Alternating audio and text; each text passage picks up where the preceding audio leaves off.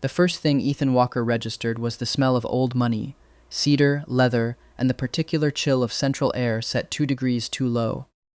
The second thing was that 6 people were staring at him like he was about to ruin their evening.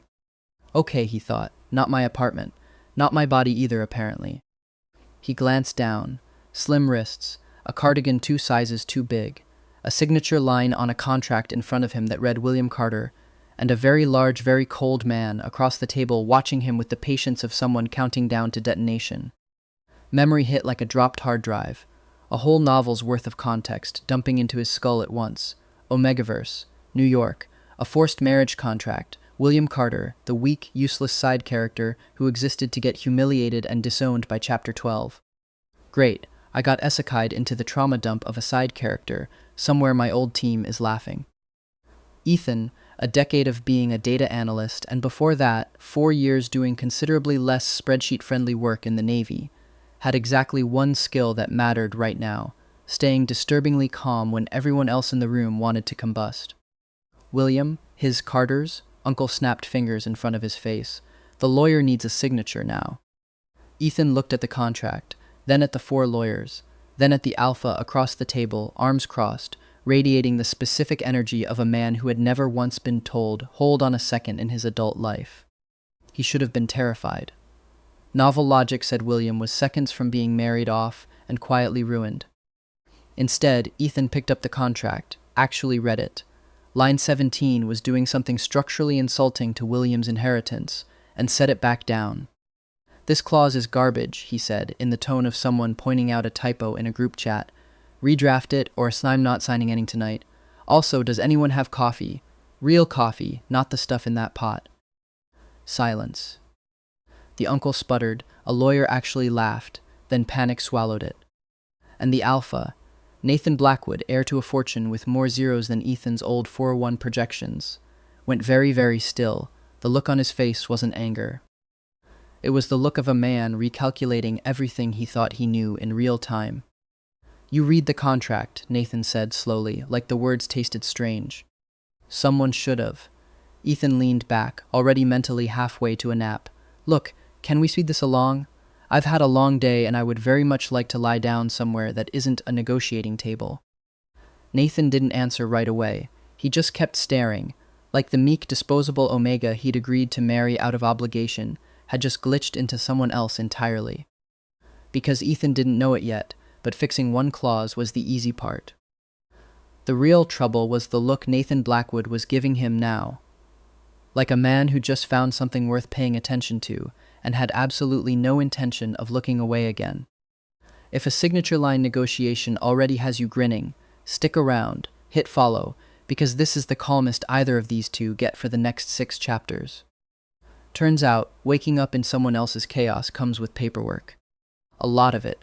Ethan spent the next 2 days buried in binders, marriage contracts, NDAs, a truly unhinged media conduct addendum, while slowly reconstructing exactly what kind of mess he'd inherited. The short version.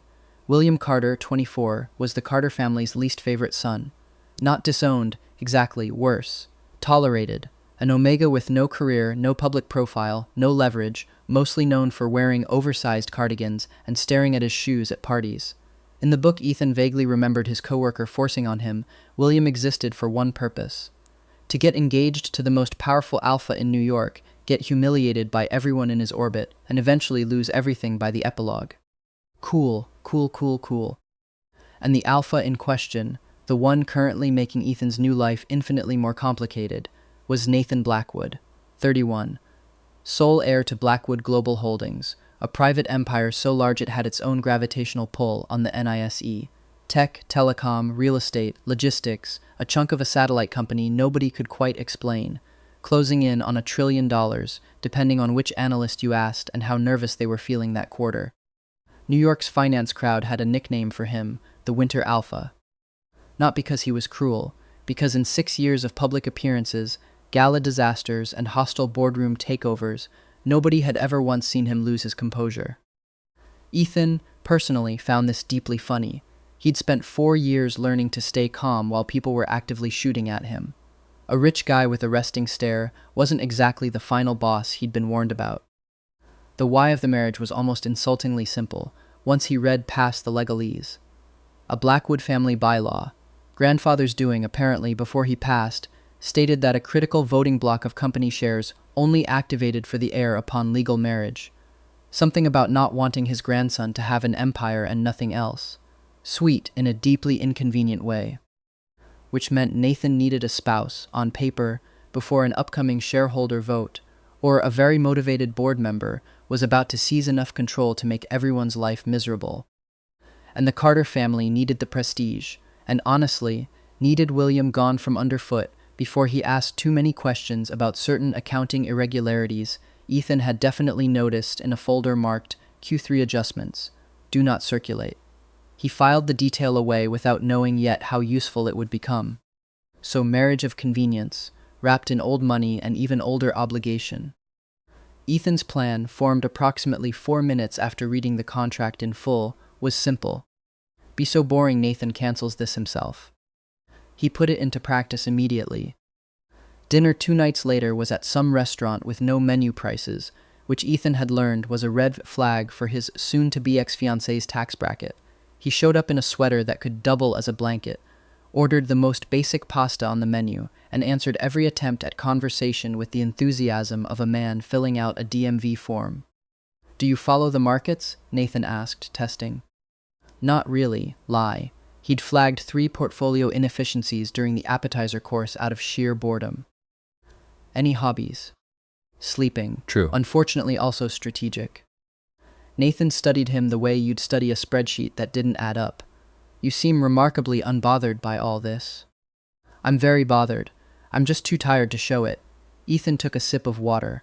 Also, Table 4's centerpiece is crooked and it's driving me insane, but that's not really your problem. Nathan didn't respond right away, then quietly, without looking away from his wine glass. It's been crooked since we sat down, I noticed too. Well, that's annoying, Ethan thought. He's not supposed to notice things back. The first crack in Operation Be Boring came 4 days later at an investor dinner Ethan hadn't wanted to attend and had been dragged to anyway. A cluster of junior execs were loudly, confidently, and incorrectly walking a table of investors through a retention model. Ethan meant to stay quiet, he really did. Which puts our churn projection well within. You're double-counting reactivated accounts, Ethan said, before his brain caught up with his mouth. That model's inflating retention by at least 6 points. The table went silent in that specific way. Rooms go silent right before someone gets fired. Nathan, 3 seats down, set his fork down very slowly. Say that again, he said, not a threat, genuinely, dangerously interested. Ethan briefly considered claiming a stroke. Instead he sighed, pulled the printout toward himself, and, because apparently his old career instincts didn't care about his new cover story, spent the next 6 minutes fixing a model that, unattended, would have cost someone their bonus. I got lucky, he said afterward, deeply unconvincing. Guess the numbers looked off.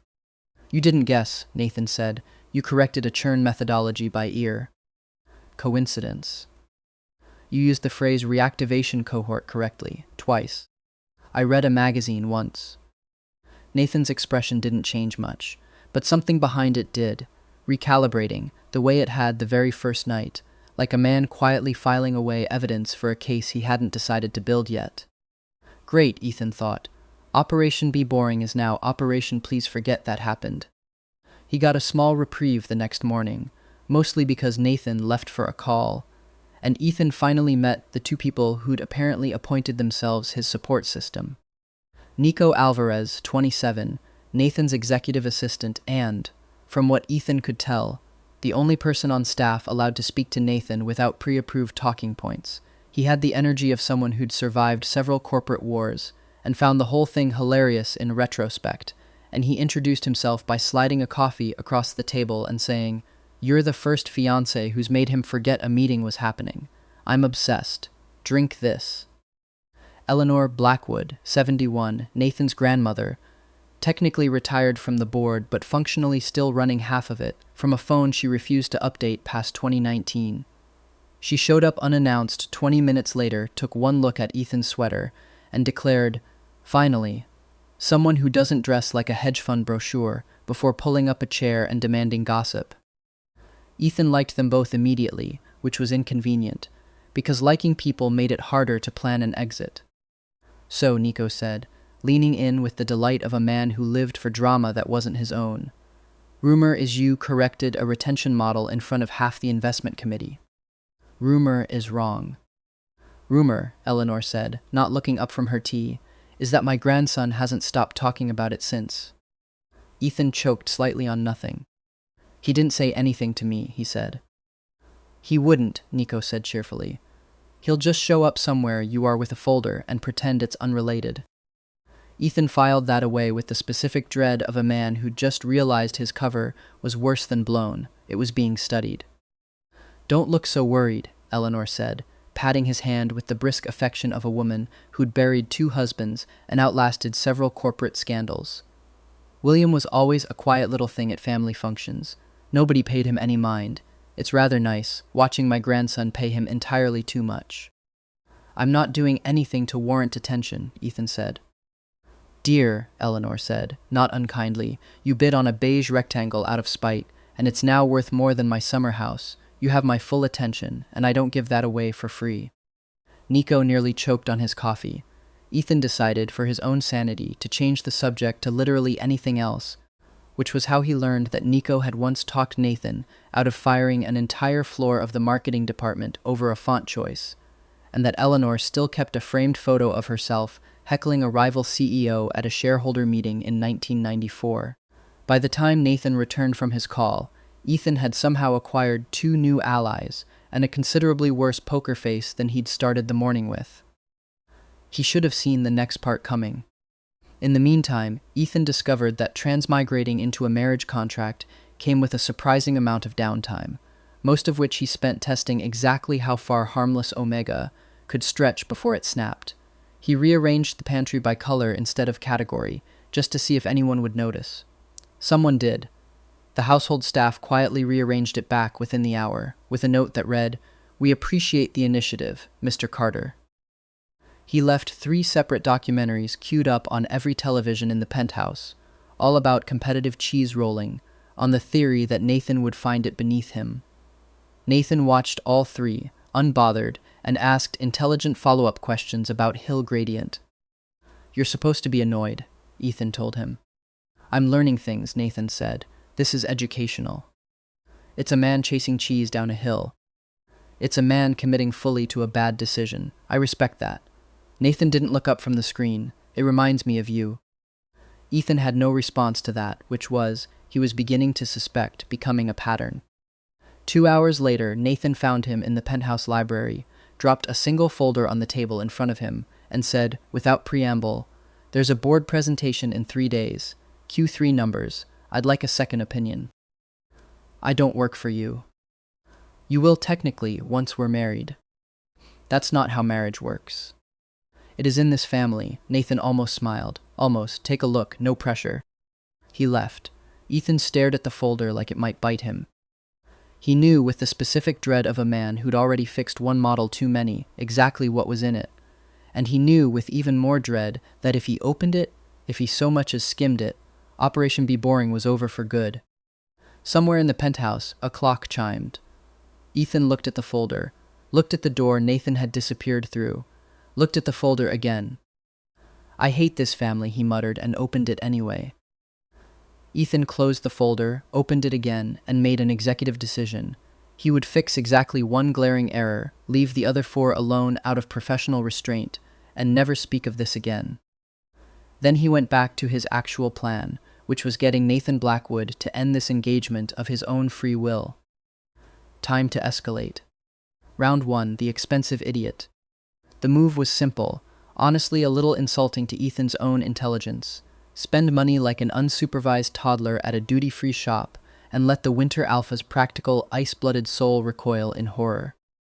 Nathan took him to a private art auction, the kind where paddles didn't have numbers, just discreet nods, presumably to parade his fiancée in front of people who mattered.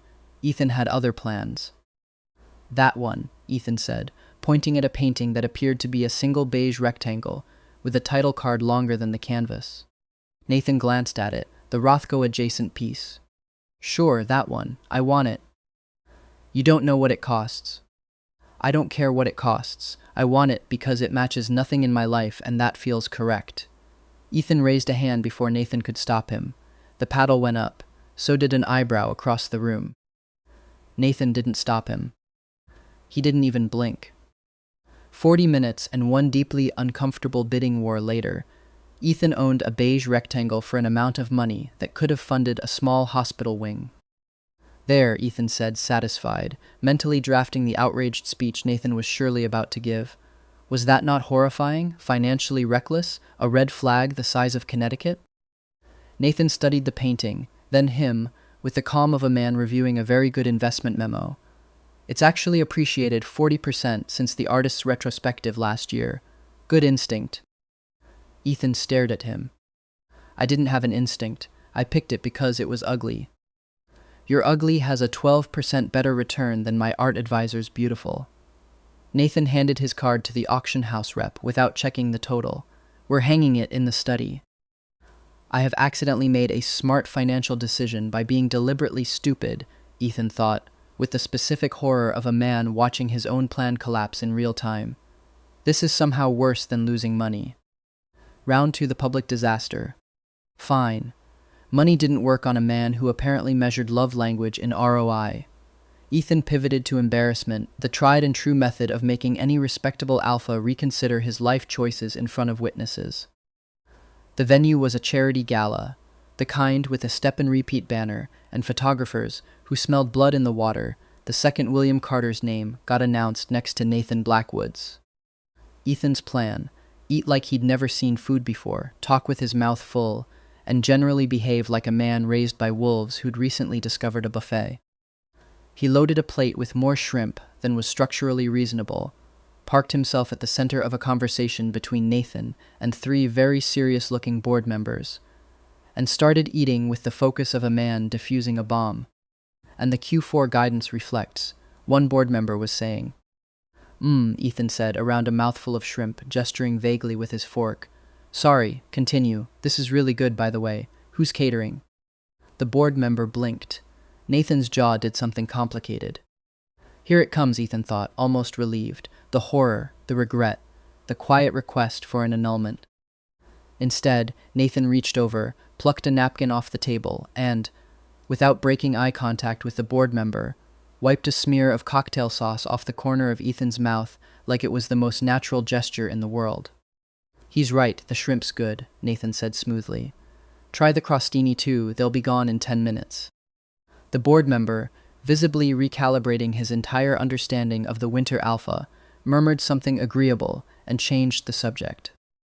Ethan sat there, napkin wiped and thoroughly defeated, while a photographer 20 feet away got a shot that would run in 3 separate society columns under the headline, Blackwood Heir's fiancé charms the room, one shrimp at a time. I have never hated seafood more in my life, Ethan thought. Round 3, the almost slip. The third attempt wasn't even a plan. It was an accident which was somehow worse. They were leaving a private security briefing. Nathan insisted on keeping him informed, which Ethan suspected was a polite way of saying keeping an eye on him, when a man in the parking garage moved wrong. Not obviously wrong, not reaching for a weapon wrong, just a half step too fast, angle too tight, hand positioned a half-second too early as he closed distance toward Nathan's blind side. Ethan's body reacted before his brain filed a single thought about maintaining his cover. He stepped between them, redirected the man's wrist with one economical motion, pivoted his weight, and had the stranger face down against a concrete pillar with his arm locked at an angle that strongly discouraged further movement, all in about a second and a half, all without spilling the coffee he was still holding in his other hand. Silence. Nathan's security detail, half a beat too slow, arrived to find the situation already resolved. The man on the pillar turned out to be an overeager freelance photographer who'd wanted a candid shot and had, in fact, no ill intentions whatsoever, just terrible spatial awareness and now a very sore shoulder. Everyone stared at Ethan. Ethan looked down at himself, sweater sleeves pushed up, stranger pinned, coffee miraculously intact, and understood with total clarity that there was no version of Guest Lucky that covered this. Yoga, he said, I do a lot of yoga. That was not yoga. said the head of security, sounding personally offended. It was a very advanced style. Nathan hadn't moved. He was watching Ethan with an expression that had finally, completely, dropped the polite social mask he wore for cameras and board members alike, something sharper underneath it, something that looked less like suspicion and more like a man double-checking his math. You disarmed a wrist grab and secured a joint lock-in under 2 seconds, Nathan said quietly, once security had hauled the mortified photographer away, without spilling a drink. It was a very balanced coffee. William, Nathan's voice had gone low, careful, the tone of someone approaching something rare so it wouldn't bolt. Where did you learn that? Ethan considered several answers, discarded all of them as either implausible or an actual felony confession, and settled on the least useful truth available. Big family, lots of siblings. You learned to defend the last slice of pizza. Nathan looked, for the first time since Ethan had met him, genuinely unsure whether to laugh or interrogate him further. He chose neither. He just kept looking, which was honestly worse. Round 4, the bad roommate. Ethan regrouped. Physical skills were apparently unmaskable, noted, filed, never doing that again in public, so he went back to basics, be an insufferable roommate. He moved into the west wing of the penthouse, contractually required, not his idea, and immediately committed to a lifestyle of maximum inconvenience. Dishes left in the sink, documentaries left playing at 2 a.m., a truly staggering amount of blanket real estate claimed on the living room sofa, which he refused to relinquish even when Nathan very obviously wanted to sit down after a 16-hour day. There's an entire other couch, Nathan pointed out, standing in the doorway of his own living room like a man locked out of his own kingdom. This one's better. It gets the good light. Ethan didn't move an inch. You're welcome to the floor. Nathan looked at the floor, looked at Ethan, looked at the 4 square feet of couch Ethan had generously not colonized. Then he sat down anyway, on that 4 square feet, shoulder against Ethan's, close enough that the blanket now covered them both whether Ethan liked it or not, and picked up the remote like this had always been the plan. You're impossible, Ethan said. You're on my couch. I was here first. You moved into my building 4 days ago. Squatters' rights. That is not how any of this works. It's a communal couch. It's my building. They watched an entire documentary about deep-sea creatures like this. Ethan pointedly not moving out of stubbornness. Nathan pointedly not moving out of something Ethan didn't have a word for yet, and wasn't in a hurry to find one. By the time the credits rolled, Ethan had, against every strategic instinct he possessed, fallen asleep against Nathan's shoulder.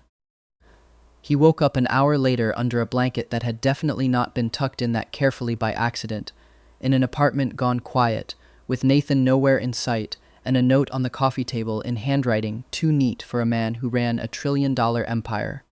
Didn't want to wake you. The couch does get good light, N. Ethan stared at the note for a long, long moment. This is bad, he informed the empty room. This is extremely bad.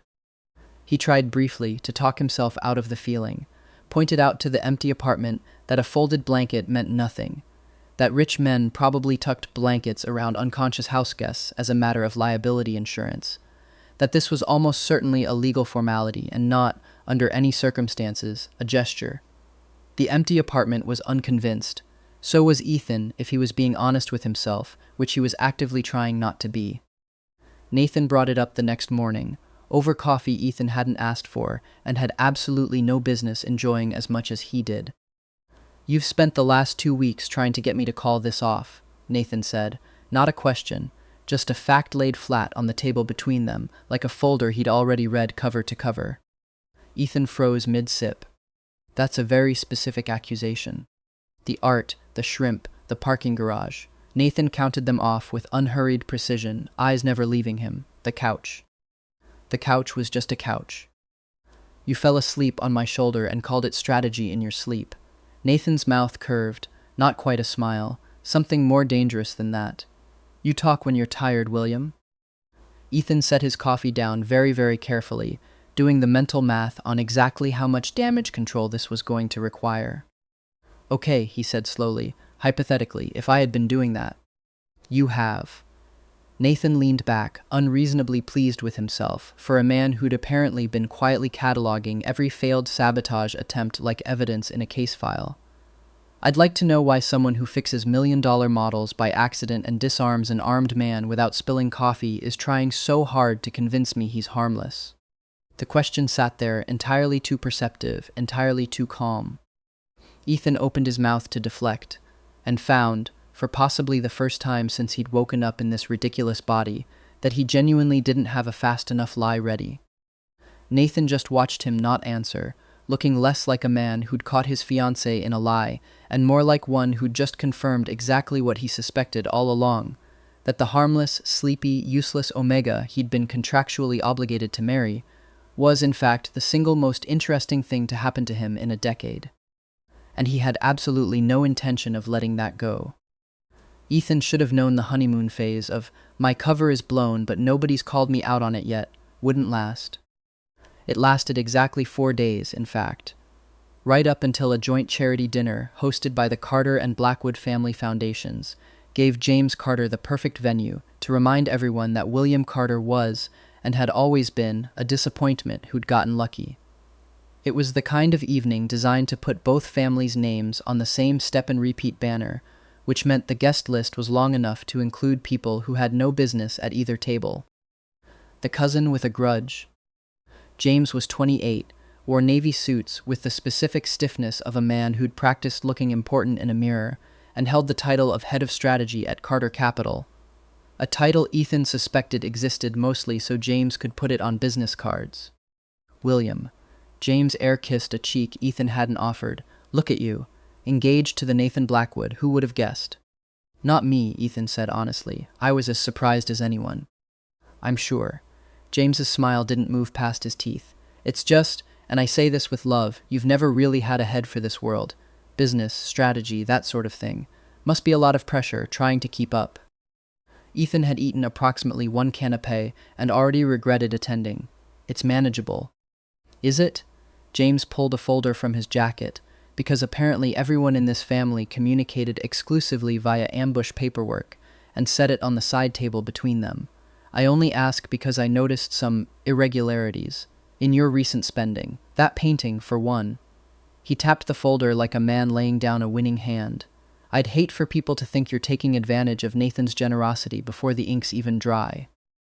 Ethan recognized the shape of this immediately. Not concern, a setup. The folder was thin, curated, clearly assembled to make one bad decision look like a pattern. He picked it up, flipped through it with the unbothered pace of a man reading a takeout menu, and found exactly what he expected. The art purchase, a few inflated personal expense line items that weren't actually his, and there it was. A gift receipt for an absurdly expensive watch James claimed William had requested be charged to the family account. Ethan had never seen this watch in his life. He also recognized instantly exactly whose handwriting was badly disguised at the bottom of that request. James's, on a line meant to look like William's. "Oh, James, you absolute amateur." Ethan didn't argue. Arguing was a lot of effort for a man who'd rather be lying down. Instead, he smiled, folded the receipt neatly, and slid it into his own pocket. "You're right," he said pleasantly. "This does look bad. Good thing I have such a thoughtful accountant now." James blinked. "Accountant?" "Blackwood Global's audit team.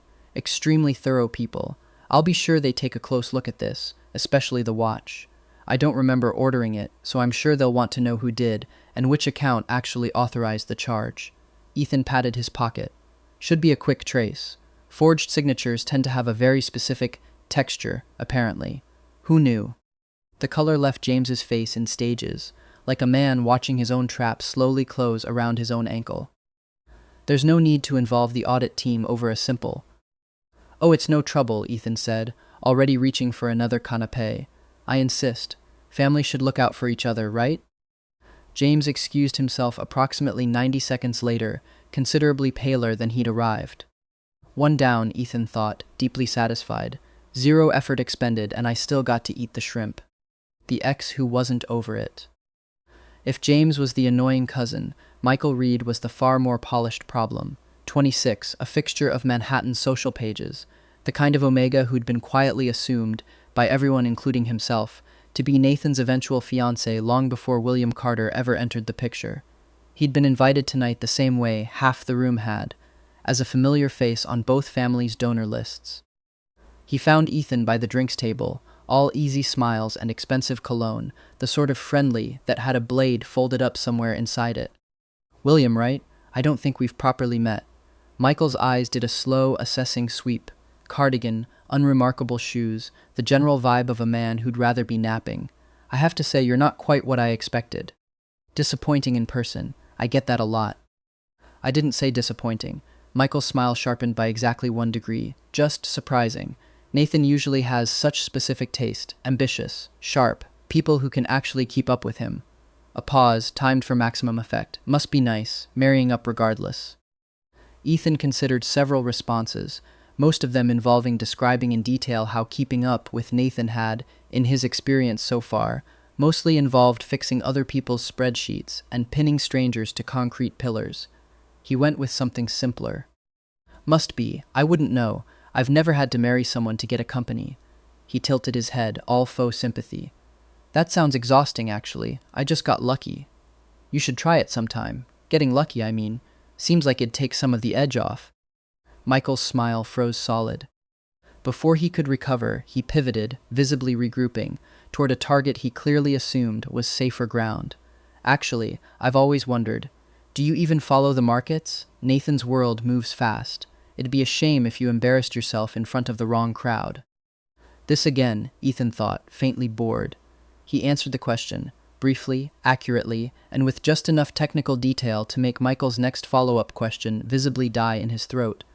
Then, when Michael pivoted a second time toward art, of all things, Ethan matched him there too, courtesy of a very long, very dull afternoon, once spent consulting for a Seattle museum's data systems in his old life.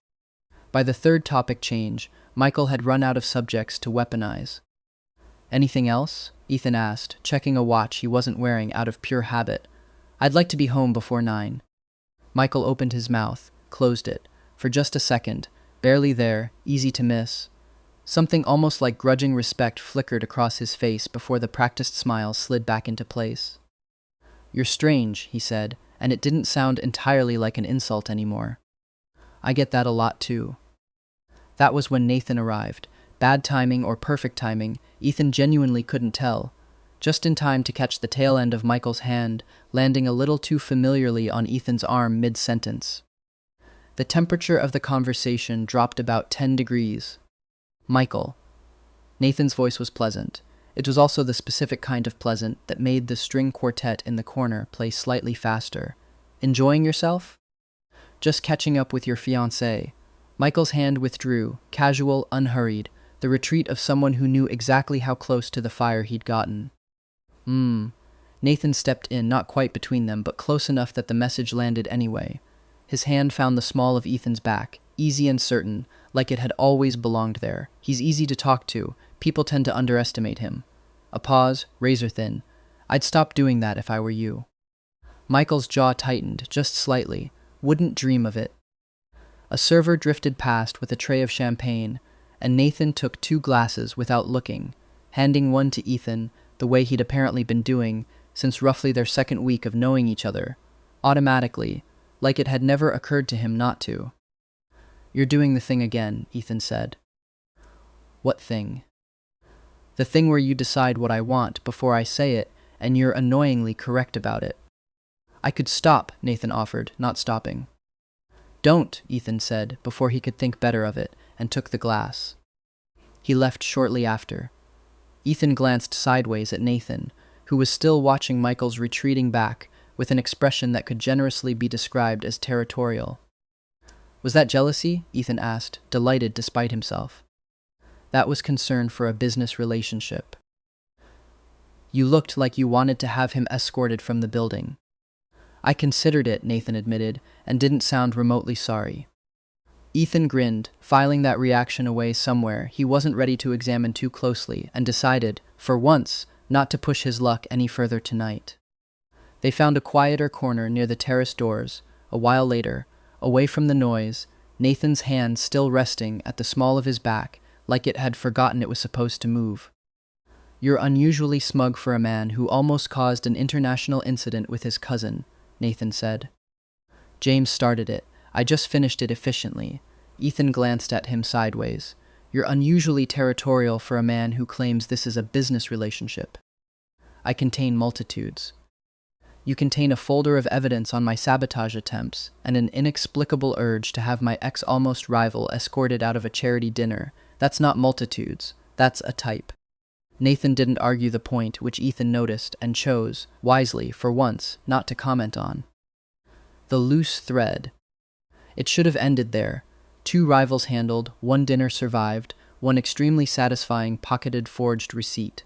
Ethan was mentally halfway to the elevator and a long nap when he noticed something that snagged, small and wrong, at the edge of his attention. James, ashen-faced from their earlier exchange, was in the corner of the room. On his phone, half turned away, voice too low to carry. Ethan wouldn't have thought twice about it, except James kept glancing toward the private elevator bank like he was watching for someone specific, and the one phrase Ethan caught clearly, right before James noticed him looking and cut the call, was, "He already has the documents. We need to move the timeline." Ethan filed it away with the same instinct that used to flag an anomaly in a spreadsheet 3 columns before anyone else noticed the pattern. James was rattled, yes, but not rattled in the Cousin got caught forging a signature way. Rattled in the someone is going to be very unhappy with me way. That wasn't James's fear. That was someone else's fear, borrowed. Across the room, Michael was doing something equally strange. Accepting a drink from an older, gray-suited man Ethan vaguely recognized from an org chart, and listening to him with the too careful attention of someone being handed information he hadn't asked for. The man said something short. Michael's easy socialite smile flickered, just once, into something closer to unease, quickly smoothed back over. Ethan didn't catch a name. He didn't need to, not yet. He just watched the man finish his drink, set the glass down with unhurried precision, and walk off toward the private elevators without a single backward glance, the exact same elevators James had been watching for the past 10 minutes. 2 rivals, 2 separate grudges on the surface. One very calm man in a gray suit apparently connected to both. "You've gone quiet," Nathan said beside him, following his line of sight toward the elevators, brow creasing slightly. "What is it?" Ethan considered, for half a second, brushing it off, chalking it up to gala paranoia and a long day. Instead, he found himself saying, slower than he meant to, "Do you know who that was? Gray suit, just left." Nathan's expression shifted, the easy warmth from a minute ago cooling into something more focused. "David Mercer, our CFO." A pause, thoughtful, faintly wary now himself. "Why do you ask?" Ethan looked once more toward the elevators, already closed, already gone, and felt the same quiet, unpleasant certainty he used to get right before a mission went sideways. "No reason," he said. "Just curious who's important enough to make 2 people that nervous at the same party." Nathan didn't push further, though the line of his shoulders stayed a fraction too tense. For the rest of the evening, the easy warmth from earlier tucked away somewhere Ethan recognized. The same place his own instincts went quiet and watchful right before something broke. Neither of them said anything else about it on the drive home. Both of them were thinking about it anyway. The old man's name was Robert Blackwood, Nathan's great-uncle, semi-retired family counsel, and as far as Ethan could tell, the only person in this entire ecosystem of billionaires who dressed like a substitute teacher, cardigan over a white dress shirt. Same dry humor as his grandnephew, deployed about 40% more often. "Cardigan," Robert said approvingly, the moment Ethan walked into the Blackwood family library 2 days after the dinner. "Good, this family has enough suits." Ethan liked him immediately, which was becoming an alarming pattern with this family. Nathan said, "You had something to show me," Ethan said, settling into the chair across from him, already bracing for another folder. He was getting real tired of folders. Instead, Robert slid across a photograph. It was old, corners soft, colors slightly faded, the particular grain of a picture taken on a real camera instead of a phone. A charity event, some kind of community outreach in Seattle, maybe a decade back. A teenage Nathan, awkward and too tall for his own shoulders, sat slumped against a wall in what was clearly a quiet side room, away from the noise of the main hall. Beside him sat a younger boy in an oversized cardigan, handing him a glass of water. Ethan stared at it for a long moment. Something about the kid's posture, unbothered, steady, not remotely intimidated by an alpha twice his size mid-meltdown, tugged at a memory that wasn't quite his own and wasn't quite not his own either. William's memory, maybe, or something underneath it. "That's not me," Ethan said slowly. "Is it?" "It's William." Robert's voice softened, just slightly. "Nathan doesn't talk about it much. Overstimulation, too many people, too much noise. His pheromones spiked badly enough he couldn't get himself out of the room. 13-year-old William found him, got him water, sat with him until it passed. Didn't ask his name. Didn't seem scared of an alpha losing control either, which, for a 13-year-old, was unusual." Nathan remembered that, all these years? He remembered the feeling, mostly. The scent that calmed him down. Robert tapped the photo. It never happened again with anyone. Not once, in 15 years, no matter who he stood next to at a gala or a boardroom. When your family's compatibility records came back for this arrangement, there was a resonance reading in there that made my brother, Nathan's grandfather, sit very still for a long time before he said a word. Ethan felt something settle in his chest, heavy and warm at once. That's why the marriage bylaw specifically named William, not just any Carter. My brother didn't believe in forcing anything. Robert's mouth curved, faint and dry. He just believed in giving two people a very expensive, very inconvenient excuse to be in the same room again. Ethan sat with that for a moment. The photograph, the water glass, a version of himself he'd never met, making a scared stranger feel safe without needing credit for it. And underneath that, quieter, that instinct wasn't invented. Data analysts and ex-sailors don't usually know how to talk someone down from sensory overload with nothing but presence and patience. That was Williams. That was always Williams, and somehow it hadn't left. Why didn't I? Why didn't William remember this? Ethan asked, mostly to himself. Would you remember one afternoon at 13, helping a stranger you never saw again? Robert shrugged. Some moments only matter to the person who needed them. Ethan thought about the version of the story he'd half-read once, years ago, skimmed in someone else's paperback on a lunch break. A few throwaway lines about the main lead's backstory. Nothing more, the kind of detail a reader's eyes slide right past. No wonder none of this had come with the memory download. It had never been important enough to write down properly. Just important enough for one 13-year-old alpha to carry it for 15 years without ever learning a name. Ethan turned the photograph over in his mind a few more times, looking for the version of himself in it. Steady, unbothered, handing water to a stranger twice his size without a flicker of fear. It didn't feel like a memory. It felt more like meeting a relative he'd never been introduced to, one who happened to share his face, and apparently his terrible instinct for walking directly toward the thing that scared everyone else in the room. He never asked around, you know, Robert added, almost as an afterthought. Could have, had the resources to find that kid inside a week if he'd wanted to. He didn't. I always thought that was the interesting part, not that he remembered you, but that some part of him decided not to go looking. Wanted to let it happen on its own, if it was ever going to happen at all. He shrugged, the gesture of a man who'd stopped trying to explain his family's romantic instincts decades ago. Blackwoods were patient about the wrong things and reckless about all the right ones. So that's why he keeps looking at me like he's doing math, Ethan said finally. Nathan has been doing math on you since the night you signed that contract. Robert stood, collected the photograph, and paused at the door with the specific timing of a man who enjoyed exit lines. For what it's worth, my brother didn't live to see this, but he'd have said he made the right bet. A beat. Try not to break my grandnephew's heart, cardigan boy. He doesn't have many left to spare. He left before Ethan could figure out how to respond to that. Ethan found Nathan an hour later on the penthouse terrace, jacket off, tie loosened, staring at the skyline like it owed him something. Your great-uncle showed me a photo, Ethan said by way of greeting. Nathan didn't turn around right away. I wondered when he would. You knew it was me this whole time. I knew the scent. Nathan finally looked at him, something unguarded in his face that Ethan hadn't seen since the very first night, before the composure, before the winter alpha mask slid back into place. I didn't know the name until you signed that contract. I just knew the second you walked into that room that I wasn't going to let you walk back out of it. That's either the most romantic or the most insane thing anyone said to me in this body, Ethan said, mostly to buy himself a second to breathe. Can it be both? It can be both. Ethan looked out at the skyline too, doing his best to look unaffected and failing, based on the way Nathan's mouth was already curving like he could tell. For the record, 13-year-old me apparently had better instincts than current me. He calmed you down. I once tackled a photographer holding a coffee. You didn't spill the coffee. I stand by my growth.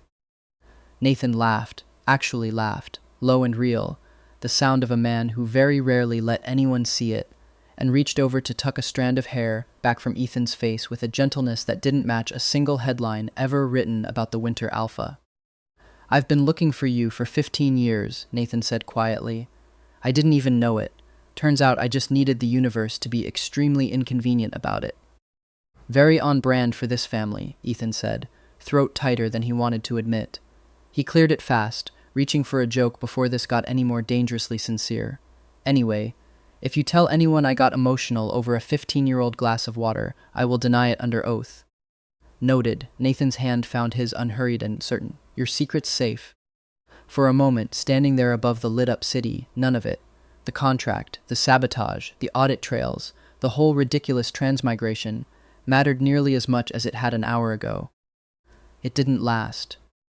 Ethan's phone buzzed against his hip, once, then again, then a third time in rapid succession, the specific urgency of a message someone had typed in a hurry. Nico's name lit up the screen. Emergency board session just got called. Tomorrow morning. Mercer's pushing something through, and James Carter's name is all over the paperwork. Ethan read it twice, then looked up at Nathan, whose easy warmth from 30 seconds ago had already sharpened back into something colder, more focused, the Winter Alpha resurfacing fast. Tomorrow, Ethan said slowly. I think our loose thread just decided to stop being quiet.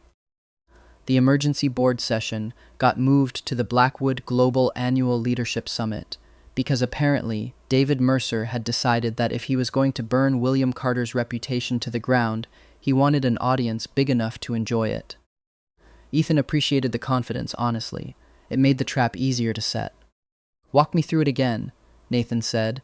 The night before, tie already off, sleeves rolled up, looking less like a trillion-dollar heir and more like a man plotting a heist at his own kitchen island. Mercer thinks he's got a clean story, Ethan said, spreading printouts across the counter like a very petty tarot reading. William's secretly leaking internal data to the Carters. He'll present it tomorrow, in front of the board, the press, everyone. Probably right before the vote, so there's no time for anyone to think too hard about it. And the data itself? Real documents, fabricated context. Ethan tapped a page. He needed a fall guy to distract everyone while his shell company network finishes moving assets out from under the board's nose. James was supposed to be the delivery boy. Mercer dangled the family's own accounting problems over him. That Q3 folder I flagged the very first week and used it as leverage to make James cooperate. Michael was supposed to be the emotional subplot, jilted almost fiancé, sympathetic, gives the story legs, no idea he was being used as one. He shrugged. Mercer's smart. He's just not smart enough to know I've read every document he's ever forced someone else to sign. Nathan studied him for a moment, something between pride and exasperation. You built a counter-presentation. I built several counter-presentations. I got bored around slide 40. Of course you did. Nathan reached over, tucked a strand of hair back from Ethan's face, unhurried. And the plan for tomorrow? Simple. Ethan smiled, the specific smile of a man who really deeply did not want to be doing manual labor tomorrow, but had accepted it was necessary. Let him hang himself. I just hold the rope. The summit ballroom the next morning held roughly 400 people who mattered. Shareholders, press, board members, a scattering of Carters looking uniformly nervous, and one very calm, gray-suited CFO who took the podium 12 minutes into the agenda, with the smug efficiency of a man who thought he'd already won. Before we proceed to the vote, David Mercer said, voice pitched for the room, I think the board deserves transparency about certain conflicts of interest. A screen behind him lit up with a document bearing William Carter's name and a set of internal financial projections that had, technically, once existed on a Blackwood global server. These figures were transmitted to Carter Capital 11 days ago, Mercer continued, by someone with direct access to Mr. Blackwood's private files. I think we all understand the implications, given the timing of this engagement. Murmurs rippled through the room. James Carter, seated near the front, went visibly rigid, clearly having no idea his name was about to be attached to this so publicly, exactly as Ethan had predicted. Nathan, beside Ethan at the head table, didn't so much as blink. "Go ahead," he said quietly, not looking away from Mercer. "Show him he's wrong the fun way." Ethan stood. He didn't rush. He straightened his jacket, an actual suit today, a small concession to the occasion, took one slow breath, and did the thing his old training had drilled into him a decade ago and never quite let go of, a single unhurried sweep of the room. Mercer at the podium, James pale 3 rows back, Michael arms crossed, watching with open curiosity instead of malice. Good, that one wasn't a threat today. Nathan steady at his shoulder. Then he walked up to the podium, like a man who had somewhere better to be, and simply wanted this over with quickly. "Morning, everyone." Ethan pulled a small remote from his pocket. "I know nobody wants a second presentation this early, so I'll try to make it fun." A ripple of confused laughter. Mercer's smile faltered, just slightly. The first slide came up. Reasons David Mercer should not send emails. "So," Ethan said, clicking through, "Mr. Mercer's slide claims I transmitted these projections to Carter Capital 11 days ago. Interesting theory. Here's the file's actual metadata." A timestamp filled the screen, 3 days before Ethan had even signed the engagement contract, back when he was provably several states away and entirely unaware William Carter existed. Hard to leak documents I hadn't been born into yet, so to speak. Laughter, real this time, spread through the room. Mercer's jaw tightened. "Next," Ethan said, unbothered, clicking forward, "let's talk about the actual shell company network moving Blackwood assets out of board oversight over the last 6 months. A chain of corporate names bloomed across the screen, nested, deliberately confusing, clearly built to survive a lazy audit. This took me a weekend, mostly because I kept getting distracted by how many of these companies share a registered agent. Mr. Mercer, did you know 2 of your shell entities are, legally, run out of the same UPS store in New Jersey?" A board member near the front actually laughed out loud, then tried to disguise it as a cough. "Now some of you might be wondering how Mr. Mercer got a Carter family member involved at all," Ethan continued. "Turns out the Carter family's own books had a few irregularities of their own. Nothing criminal, just embarrassing, sitting in a folder marked 'Do Not Circulate.' Mr. Mercer found it before I did, and used it. James," Ethan added, glancing toward the 3rd row, not unkindly, "you're going to want to see this next part."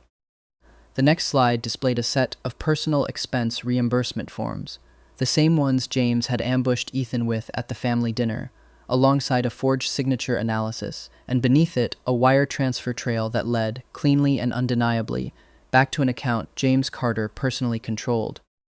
"Turns out," Ethan said, "the watch I supposedly ordered was purchased by James, forged with my signature, and quietly used to build a paper trail suggesting I was financially reckless right before this vote. Convenient timing. Mr. Mercer's fingerprints are all over the timeline. Funny how that works." James stood up so fast his chair nearly toppled. I was told this would just discredit him, not get me arrested for fraud." He stopped, too late. The room had already heard it. Mercer's composed mask cracked for the first time, a flicker of genuine alarm crossing his face as several board members turned to look at him instead of the screen. "Told," Ethan repeated pleasantly, like he'd been handed a gift he hadn't even had to unwrap himself. "Interesting word choice, James." James sat back down like his knees had simply stopped working. Mercer tried to recover, stepping toward the podium. "This is a distraction from the real." "One more slide," Ethan said, holding up a hand, the exact tone of a man politely finishing a meeting that had already run long. "This one's my favorite." The final slide was a single financial disclosure form, Mercer's own, filed with the board 18 months prior, listing assets and outside interests. Highlighted in the middle, impossible to miss, was a line Mercer had clearly assumed nobody would ever cross-reference against the shell network now on display. An entity name that matched, almost letter for letter, one of the companies quietly funneling assets out of Blackwood Global. "You disclosed this one yourself," Ethan said. "Under oath, technically. I didn't even have to dig. You just forgot you'd already told everyone." The room went dead silent, then erupted, not in outrage exactly, but in the specific low roar of 400 wealthy people simultaneously realizing they'd nearly voted based on a con man's timing. Somewhere in the third row, a board member Ethan didn't recognize leaned over to a colleague and said, not quietly enough, "Remind me why we didn't just hire him instead of marrying him into it," which got exactly the kind of laugh that made Mercer's grip on the podium visibly tighten. Mercer opened his mouth. Nothing useful came out. That was when Nathan rose from the head table, unhurried, buttoning his jacket with the calm of a man who'd been enjoying this immensely, and was only now deciding to formally end it. "David." Nathan's voice carried without needing volume, the whole room quieting instinctively to hear him. "You had access to this company for 11 years, you had every resource, and your entire plan came down to hoping nobody would double-check your own paperwork." A pause, razor precise. "That's not a scandal, that's just bad research.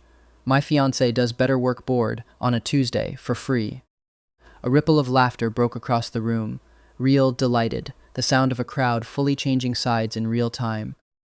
"Security will escort Mr. Mercer out," Nathan added, already turning away like the matter had stopped interesting him. "The board can vote on his removal after lunch. I'd hate for anyone's sandwich to get cold over this." It unraveled fast after that, the way these things always did once the room decided who to laugh at. Mercer was walked out by security amid a very undignified attempt to keep talking over his own removal. James Carter got quietly, thoroughly abandoned by every board ally he'd ever had, largely because nobody wanted to be photographed near a man who'd just admitted on record to being told to commit fraud, like an intern who'd followed bad instructions. Carter Capital suspended him before he even made it to the parking garage. Michael, to everyone's surprise, including possibly his own, was the first person on his feet applauding. Afterward, he found Ethan by the terrace doors, arms crossed, looking almost sheepish under the polish. "For the record," Michael said, "I didn't know what he was going to do with anything I told him." Mercer made it sound like harmless gossip. "Talking to William's jilted ex for a magazine profile, that sort of thing." He grimaced. "I should have asked more questions." "You should have," Ethan agreed, "but you also clapped for the guy who humiliated your source, so I'm inclined to let it go." "Don't get used to it," Michael added, some of his usual edge returning. "I still think you're strange." "Noted. Try the crostini next time, it helps." Michael actually laughed, short, unwilling, but real, before wandering off to go enjoy the wreckage from a safer distance. Ethan found Nathan on the terrace outside the ballroom. 20 minutes later, tie loosened, watching the chaos through the glass, with the closest thing to smugness Ethan had ever seen on him. "You didn't have to say the free part," Ethan said, leaning against the railing beside him. "Now the board's going to expect a discount rate." "You corrected a churn model for entertainment. I stand by my pricing." That was one time. It was several times. Nathan turned to face him fully, some of the sharpness from the last 20 minutes finally easing out of his shoulders. "You built 40 slides overnight to protect a family that's never once protected you." "I built 40 slides overnight because I was mildly annoyed and had insomnia," Ethan corrected, then, quieter, honest in a way he usually avoided before noon, "also because it was you they were trying to take it from." That part mattered more. Something in Nathan's expression went soft in a way the press had genuinely never once managed to photograph. "Come home," Nathan said. "You've earned an actual nap. I'll even turn my phone off." "You won't." "I'll turn it to silent." "Acceptable." Ethan let himself be pulled in against Nathan's side, the noise of the ballroom fading behind the terrace doors, the whole ridiculous, exhausting morning finally starting to feel less like survival, and more like something that had simply, quietly, worked out. For the first time since waking up in someone else's chaos, Ethan didn't feel like he was one bad move away from losing everything. He just felt like he was, finally, exactly where he was supposed to be. Nathan Blackwood, a man who had once negotiated a hostile takeover in under 6 hours without raising his voice, could not, apparently, propose without dropping the ring box twice. "You're doing it again," Ethan said, watching from the park bench with the mild interest of a man observing wildlife. They were by the Chicago Riverwalk, 6 months after the summit, on what Nathan had insisted was just a normal trip, and what Ethan had correctly clocked as a plan the moment Nathan wore the suit Ethan liked best. "I'm not doing anything." Nathan straightened, jaw tight, the specific stiffness of a man who'd rehearsed a speech and lost every word of it somewhere over Lake Michigan. You've said William 4 times and no actual sentence. I'm building up to it. Building up to what? You know what? Do I?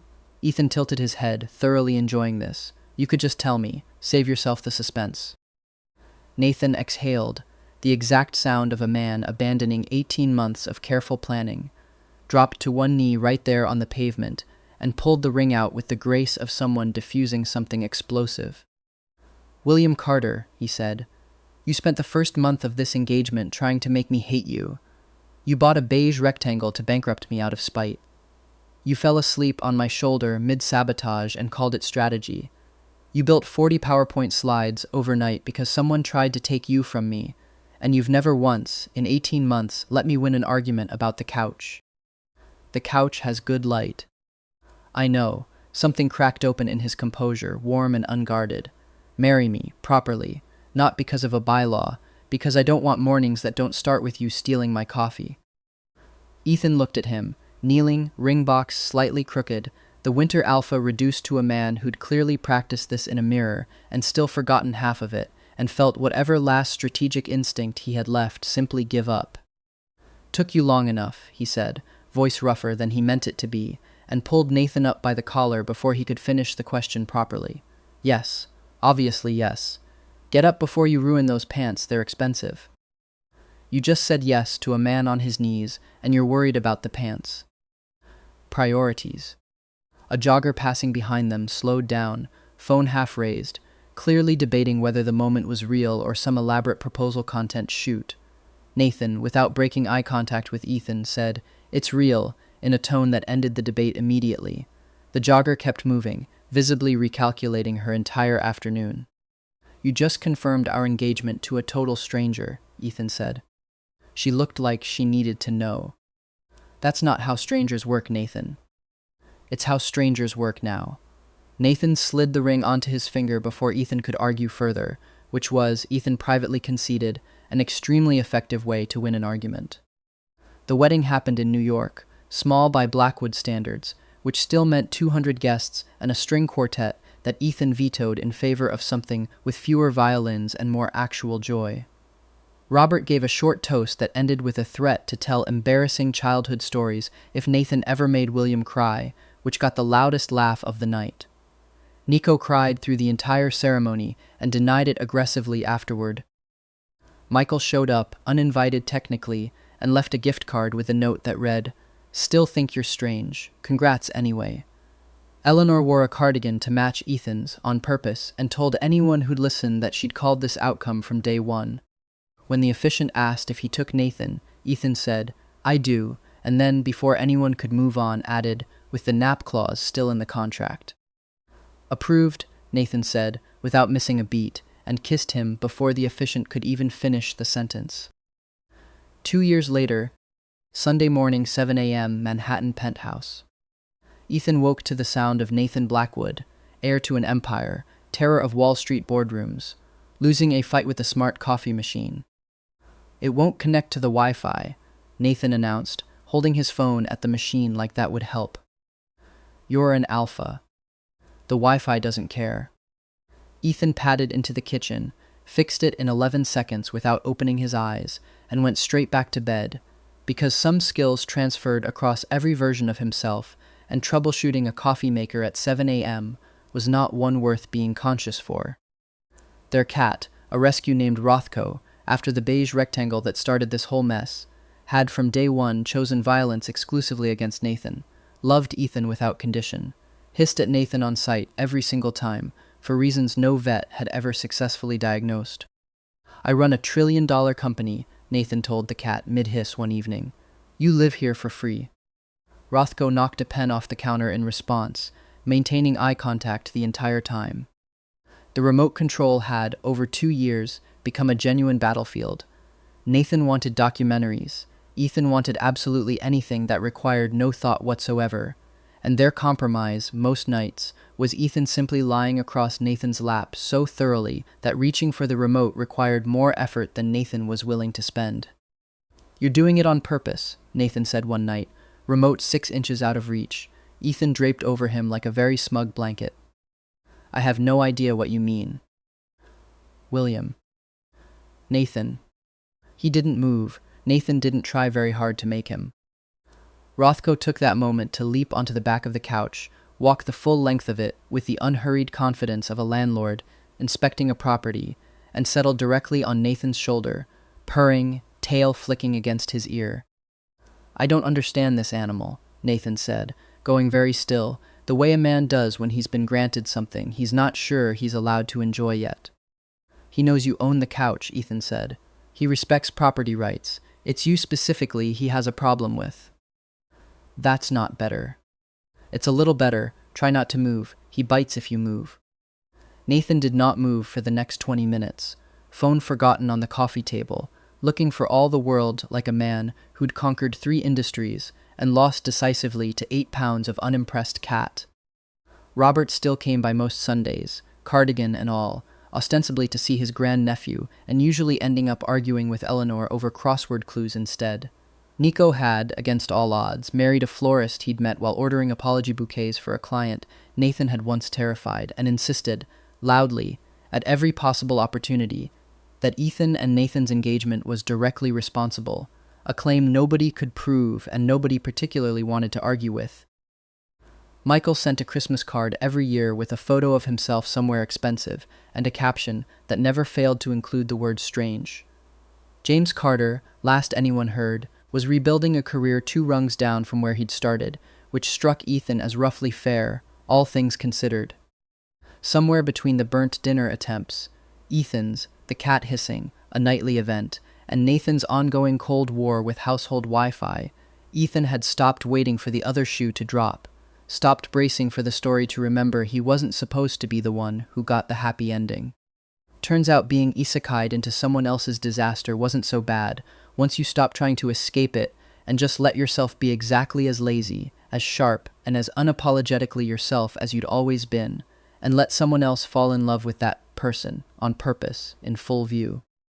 The empire ran fine without either of them worrying about it every second. The Wi-Fi still didn't like Nathan, and somewhere in Manhattan on a very ordinary Sunday, the most terrifying man on Wall Street was quietly losing an argument with a cat and a remote control, exactly the way he liked it. And that's a wrap on this one. If William and Nathan's chaos made you laugh, or made you want to fight a coffee machine of your own, drop your favorite moment in the comments and follow the channel so you don't miss the next one. More sweet, savage, slightly lazy disasters coming your way soon.